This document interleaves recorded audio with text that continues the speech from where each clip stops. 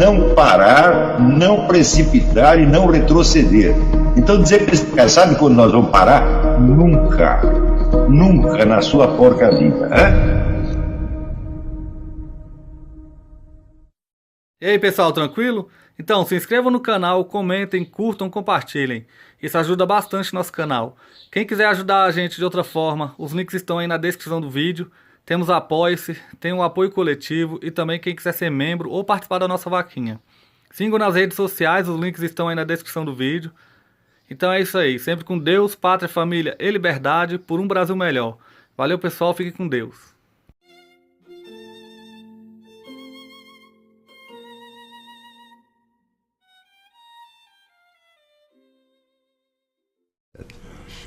Mas você vê ali na Inglaterra, o teatro elizabetano chegou a uma enorme riqueza, né? Não só com Shakespeare.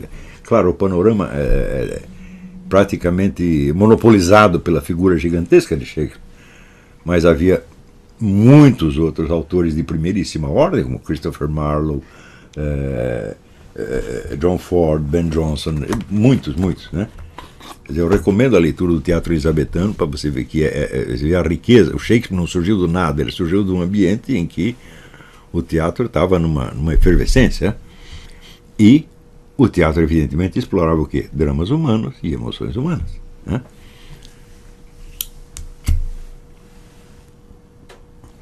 Mas ainda não com a sutileza e o senso da concretude das situações, como pode aparecer no gênero romance. Quer dizer, o teatro tem uma certa limitação nesse aspecto, porque uma peça longa tem 80 páginas. Não mais do que isso. 80, 90 páginas. Né? Tem que ser tudo mostrado ali em 2 horas. Então é claro que o teatro tem que simplificar as coisas. Existem muitas emoções mais sutis que não tem jeito de você reproduzir no teatro. Às vezes eu estou lendo um romance e pergunto como eu faria para transpor isso para o teatro, para o cinema, e às vezes eu digo, não vai dar. Né? E, em geral, as transposições cinematográficas e teatrais dos romances são piores do que os romances. Às vezes acontece o contrário também, mas é um caso em cada 1000. Então, vamos dizer, para você refletir o drama concreto de uma alma individual, foi preciso que esse gênero narrativo se desenvolvesse muito. Tá certo? Como é que se desenvolve? Bom, na hora que você escrever um romance, aparecem vários problemas de construção da história. O primeiro problema, quem vai contar a história? Desde que ponto de vista você está contando a história? Quer dizer, é um indivíduo que conta a sua própria história, mas se ele está contando a sua própria história, ele não pode saber quais são os pensamentos secretos de terceiros, ele só pode conjecturar. Mas se você quer mostrar os pensamentos secretos de vários personagens, então você tem que fazer o que se chama um narrador onisciente, quer dizer, quase que um ponto de vista divino, angélico, tá certo? É uma solução possível, né? Mas o narrador onisciente, se ele passa de um certo limite, ele se torna totalmente inverossímil.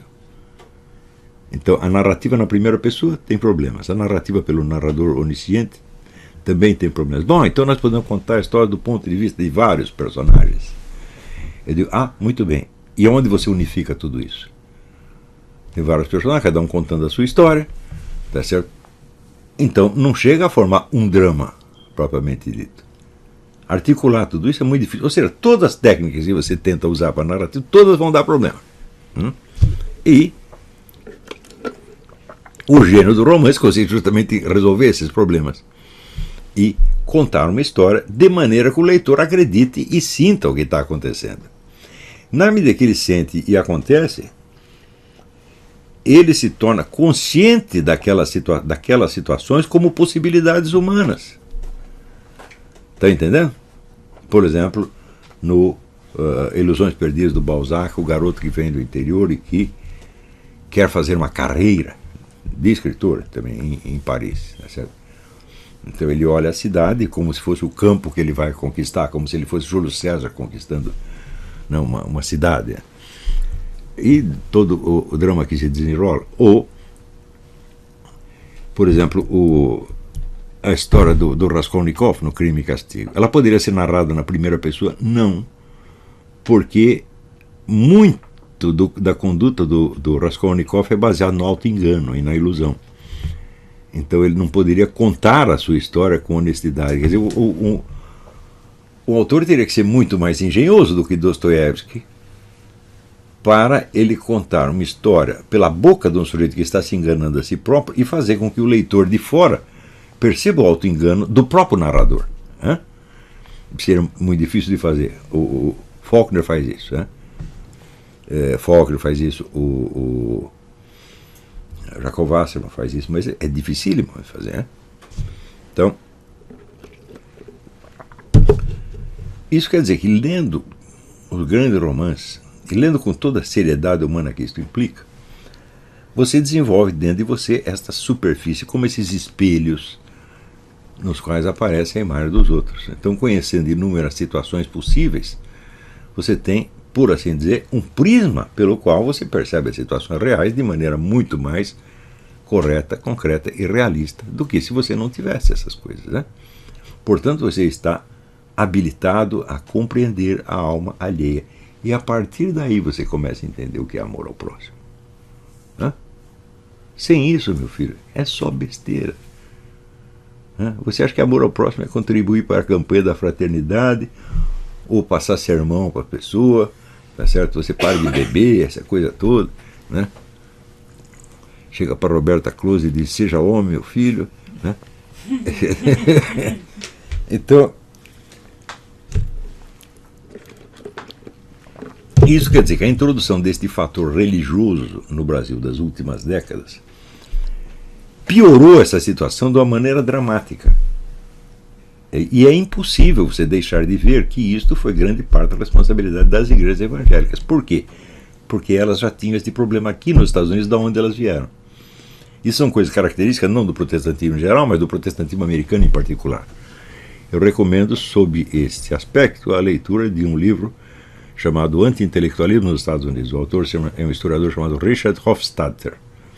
O livro é um estudo importantíssimo, embora já um pouco antigo, ele é dos anos 50 e 60, mas mostra que esse culto, vamos dizer, da inocência evangélica, que não tem nada a ver com o cristianismo, mas que é um filho bastardo de Rousseau com o Bom Selvagem, tá certo?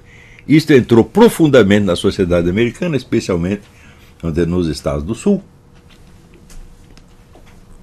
e criou uma série de dramas humanos perfeitamente desnecessários, dos quais a literatura do William Faulkner é, vamos dizer, uma galeria de amostras absolutamente horripilante.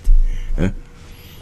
Então, você lendo o Faulkner, leia o livro do Richard Hofstadter, vocês vão entender a raiz cultural de certas influências que penetraram na sociedade brasileira depois dos anos 70, 80, e que criaram este anti-intelectualismo medonho, tá certo? Substituído por um falso sentimentalismo, tá certo? Por na verdade, um exibicionismo bocó, onde todo mundo fala: o meu encontro com Jesus. Quer dizer, Jesus está falando diretamente com todos eles. Hã? Não é um negócio incrível? Quer dizer, cada um desses está recebendo revelações pessoais. Vou dizer, apesar de ele não ter condições de compreender nem o seu vizinho, né? Deus fala com ele e ensina tudo para ele. Quer dizer, são milagres em profusão. O milagre deixou de ser apenas um pedido e virou um direito. E já estão todos, por definição, só por isso, amaldiçoados pelo próprio Jesus Cristo. Sem saber. Você vê o tamanho da tragédia que é isto. Né? Também é lógico que, ao mesmo tempo que acontecia isto, nesta penetração das igrejas evangélicas na cultura brasileira, havia a autodestruição da Igreja Católica, ou a sua prostituição, se quiser, a serviço de teologia da libertação, do PT, etc. Ao mesmo tempo, teve um terceiro fator, que foi a adoção da estratégia gramsciana pela esquerda. E a estratégia gramsciana consiste em, assim, primeiro, chamar de intelectuais todos que trabalham com algum tipo de comunicação. Publicitário, jornalista, vendedor, e instrumentalizar toda a vida intelectual a serviço do quê? Do partido. Então são todos agora intelectuais orgânicos do partido. E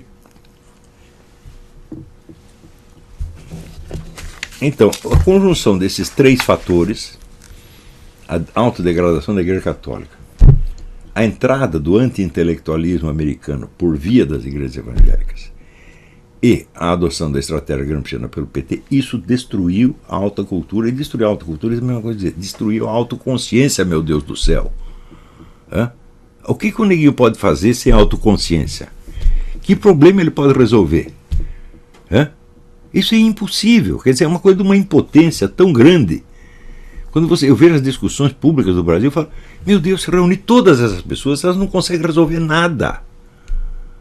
Nem os problemas mais elementares de escala municipal elas conseguem. Então, diga. Eu tenho uma pergunta.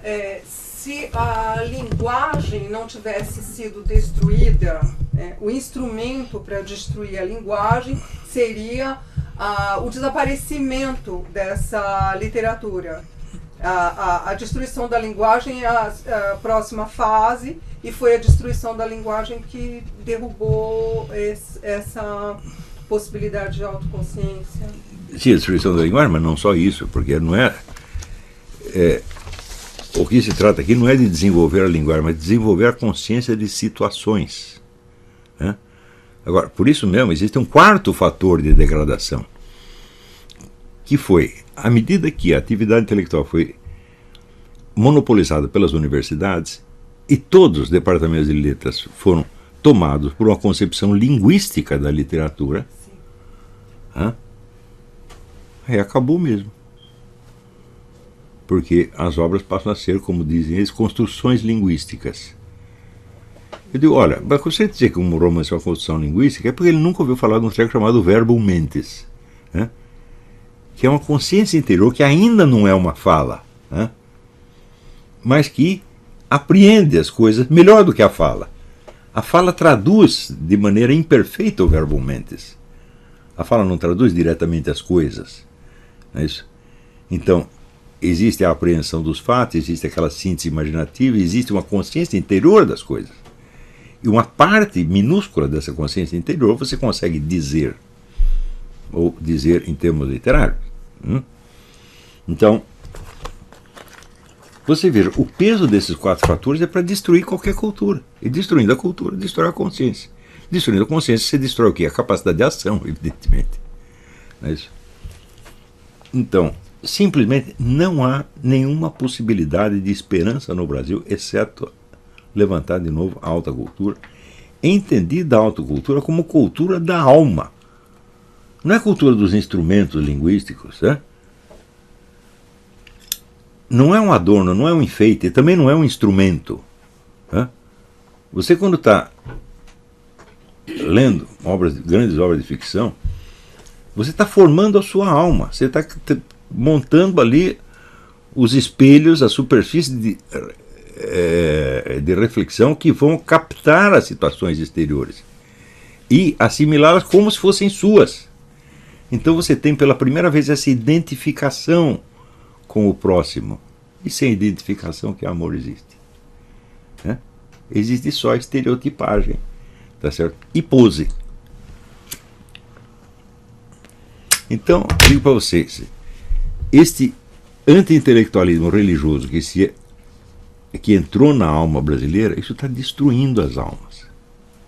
Está destruindo a possibilidade do amor ao próximo. Ora, o amor ao próximo, segundo Santo Agostinho, é a base da sociedade humana, meu Deus do céu. Se não existisse amor ao próximo, seria impossível você formar. Se os impulsos negativos e destrutivos que tem no ser humano predominassem, tá certo, na convivência, não seria possível você criar uma coisa como a cidade, por exemplo. As pessoas vão para a cidade em busca de quê? Em busca de segurança, em busca de melhores meios de ação, não é isso? Em busca de proteção. E se ninguém lhes dá isso? Como acontece no Brasil hoje, onde o sujeito ir para a cidade é se arriscar a levar uma bala perdida, a ser assaltado, a ter sua casa invadida, etc, etc. Então, a base fundamental da sociedade, que é o amor ao próximo, já se perdeu. E esse pessoal religioso todo não está contribuindo em nada para restaurar o sentido do amor ao próximo, porque sem a compreensão do próximo não há amor ao próximo. Estão entendendo? ao longo da história do Ocidente, você vê uma evolução tremenda da compreensão da alma própria e alheia. Tremenda. Se você vê desde o tempo greco-romano até o século XIX, você pensa assim, se numa democracia moderna, não a de hoje, evidentemente, mas, digamos, a do começo do século XX, seria possível um julgamento como o de Sócrates? Não seria. O meio não seria tão incompreensível quanto foi. As coisas seriam discutidas exaustivamente, em profundidade, nos seus mínimos detalhes e nuances. E tudo se esclareceria. É claro que esta conquista, vamos dizer, de uma consciência pública, onde a realidade da alma humana se torna visível, transparente, para uma grande faixa de população, é uma conquista enorme da civilização. E uma conquista enorme do cristianismo, só existe do cristianismo isso aí. Quando ele some, torna-se possível coisas como os processos de Moscou, em que os caras inventavam crimes e convenciam o réu a confessar o crime que não cometeu, porque era para o benefício do partido. E os caras confessavam, acreditando que aí seriam, então, receberiam um indulto e eram condenados. E condenados à morte, né? Então, monstruosidades desse tipo não seriam possíveis num meio onde a alta cultura estivesse disseminada por um grande número de pessoas, porque são essas pessoas mais influentes. Mas quando você pega lá, por exemplo, o famoso promotor dos processos de Moscou, o tal do Vyshtinsky, ele diz, mas que cultura tinha Vyshtinsky, hein? Era um idiota com a cabeça intoxicada de marxismo e leninismo e só.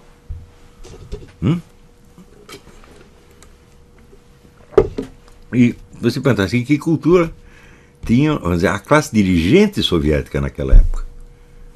Se você pega o realismo socialista que eles criaram, você já vê que aquilo é uma cultura de rinocerontes, meu Deus do céu. Então, é o que? É um retorno à barbárie. E o Brasil está em pleno retorno à barbárie. E ele não vai sair enquanto as pessoas acharem que assim, continuam dizendo, não, só Jesus salva. Jesus salva, mas ele não vai ligar para você. Porque você não tem amor ao próximo, meu filho. Outro dia, eu, para provocar umas reações, eu disse assim, o amor que não sobrevive a um par de cornos não é amor. Isso, para mim, isso, do ponto de vista cristão, é a coisa mais óbvia do mundo. Porque se você não perdoa nem a mulher ou o homem que você, mas você vai perdoar quem? Imediatamente apareceram reações indignadas. Não, eu não tolero isso, porque é aquele orgulho do a mim ninguém me faz de trouxa. Pois eu, que estou com 70 anos e não sou nenhuma besta quadrada, já me fizeram de trouxa 40 vezes. E em todas elas eu tive que acabar perdoando. Não nesse sentido, evidentemente, mas em outros sentidos. Então eu insisti no negócio para ver o seguinte, olha, a compreensão do que seja o perdão é mínima. No meio religioso brasileiro, eles não sabem o que é isso. Até levantei um outro tema, que é assim, o direito à fidelidade matrimonial. Esse direito não existe, gente.